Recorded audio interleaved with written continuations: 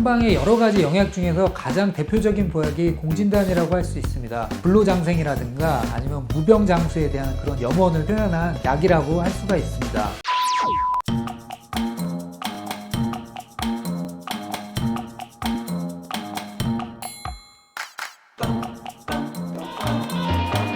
한방의 여러 가지 영약 중에서 가장 대표적인 보약이 공진단이라고 할 수 있습니다. 공진단은 원나라 때 의사인 위영림이 가문 대대로 전해져 내려오는 처방들을 정리한 의서에 나와 있는 처방으로 황제에게 진상하였다 하여 일명 황제의 보약이라고 얘기를 합니다.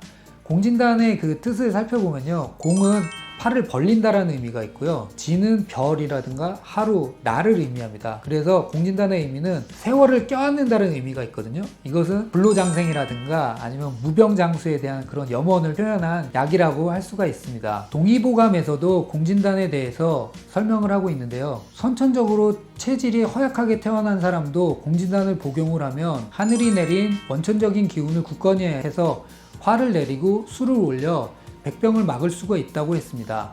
여기서 화를 내리고 술을 올린다는 것은 수승화강의 의미인데요, 한의학에서 가장 중요시하는 건강의 기본 개념입니다. 수승화강의 의미를 설명을 하면, 머리는 하늘과 가까이 있어서 하늘의 기운을 닮아 양에 속하고, 발은 땅과 가까이 있어서 땅의 기운을 닮아 음에 속합니다. 그래서 머리에 있는 양의 기운은 양기이기 때문에 자꾸 위로 올라가려고만 하고, 발에 있는 음기는 음기라서 자꾸 아래로 내려가려고만 합니다. 그래서 우리가 건강하려면 머리에 있는 양기는 아래로 내려와야 되고, 이것이 화강이고, 그 다음에 발에 있는 음기는 머리 쪽으로 올라와야지만 이게 수승인데, 수승화강이 이루어져야지만 우리 몸은 건강을 유지할 수가 있습니다. 공진단은 바로 이 수승화강을 만들어내는 가장 좋은 약이라고 할 수 있습니다. 공진단은 사양과 녹용, 당귀, 산수유의 4가지 약재로 이루어져 있습니다. 사양은 사양노루의 배꼽주머니를 채취한 것인데요, 굉장히 그 향이 강합니다. 그래서 그 강한 향은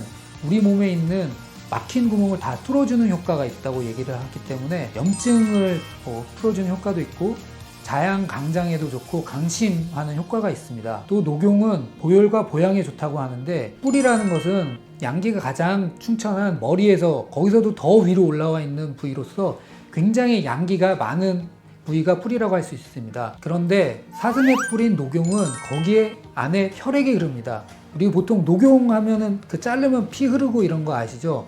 그러니까 다른 동물들과는 다르게 사슴의 뿔은 안에 혈액이 흘러서, 혈이라는 것은 음기를 대표하는 물질이기 때문에 뿔이라는 양의 성질과 혈이 흐르는 음의 성질, 그 2가지를 모두 갖고 있는 굉장히 효과가 좋은 보양제라고 할 수 있습니다. 그래서 보양과 보혈의 효과가 있는 녹용이 들어가 있고요.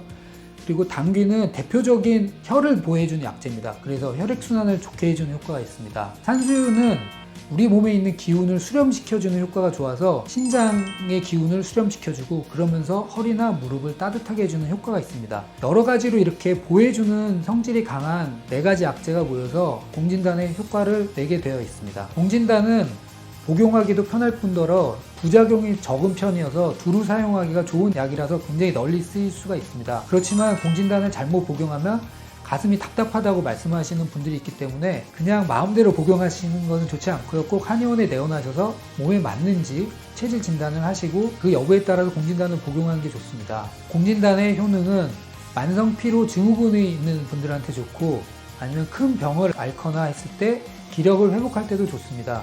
또 선천적으로 체질이 허약해서 체질 개선을 할 때도 좋고, 수험생 같은 계속적인 체력 소모가 요하는 경우 체력을 증진시켜줄 뿐만 아니라 집중력 향상에도 도움이 됩니다.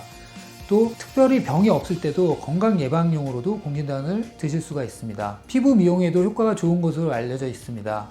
공진단은 두루 이렇게 쓰일 수 있는 약이기 때문에 굉장히 이제 환자분들이 좋아하는 약인데, 만약에 내가 기운이 없는 증상뿐만 아니라 다른 불편한 증상이 있다면, 예를 들어서 소화가 잘 안 될 수도 있고요, 변비가 있다거나 아니면 설사가 있다거나 가슴이 답답하다거나 두통이 있다거나 허리가 아프고 목이 아프고 이런 여러 가지 몸에 다른 증상이 있을 때는 꼭 공진단이 아니고 몸에 맞는 맞춤 보약을 지어서 복용하시는 게 더 효과가 좋을 수 있기 때문에 한의원에 내원하셔서 본인의 증상에 맞는 약을 처방받으셔서 드시는 것이 가장 효과가 좋다고 말씀드릴 수 있습니다.